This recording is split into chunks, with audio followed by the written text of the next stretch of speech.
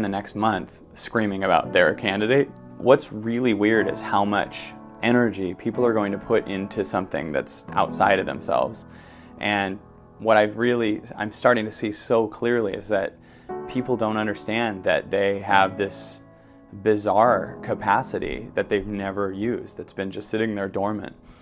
You know, we're talking about issues about, you know, how many unemployed people there are. That's almost like what's deciding the election even, how many jobs there are available, and how many people are unemployed. That only exists, that concept only exists because people don't understand that they could create their own company right now. Everyone could.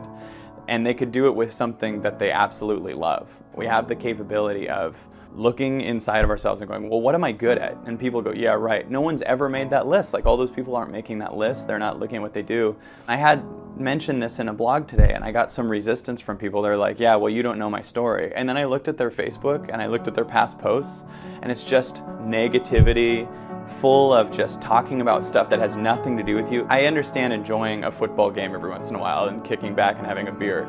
But when your entire life depends on when a group of men in one city beat another group of men at a thing that won't matter later, that's where your full energy. People are passionate about that, something they have no control over and has nothing to do with them. They're just like, Red Sox.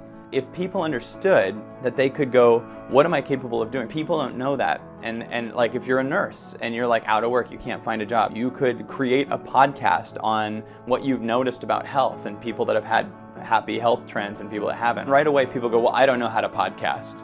Well, all that information is available online. We live in a time where we have the most opportunities available and the most repressed amount of belief that they can. People writing me on Facebook literally defending why they can't do something. Yeah, well, you don't know my story, blah, blah, blah, blah, blah. You think your situation has anything to do with what you can do right now? You don't want empathy. You don't want people to feel sorry for you. You want to change it. You want to go, how can I use this? So it's not the people's situations that matter. What are you looking at? Are you really reading the regular newspaper or watching CNN or Fox News? You're spending 12 to 15 hours a day then with your focus outside of you. All of it doesn't matter to you. We're trained that way. You'd sit in a classroom for 12 years and you'd have authority tell you all day how life works. After time, finally just believe someone else knows better than me. The only people that are going to make it in this world are the people that are choosing to keep learning, people that are choosing to keep growing, people that are always, that's where their passion is working inward. People hear that and they think, well, I can't. No, you haven't. You've just been around a bunch of people who say the exact opposite of what I'm saying right now. You've just been watching CNN. They're designed to keep you addicted to them. You just sit there helpless while they say, well, this is happening and this is happening and this is happening. And you're just sitting there going, oh, okay, so now I'm sad, now I'm happy. I understand there's a lot of conditioning that has told you can't do stuff, but it's like trying to tell someone that they can be fit and they're arguing with me while they're eating pizza. They're just like, yeah, right. It's not that easy. You're like, look, dude, I like to eat pizza. I'm like, you don't have to anymore. Look at what you've done in the past year, and that's why you're wherever you are.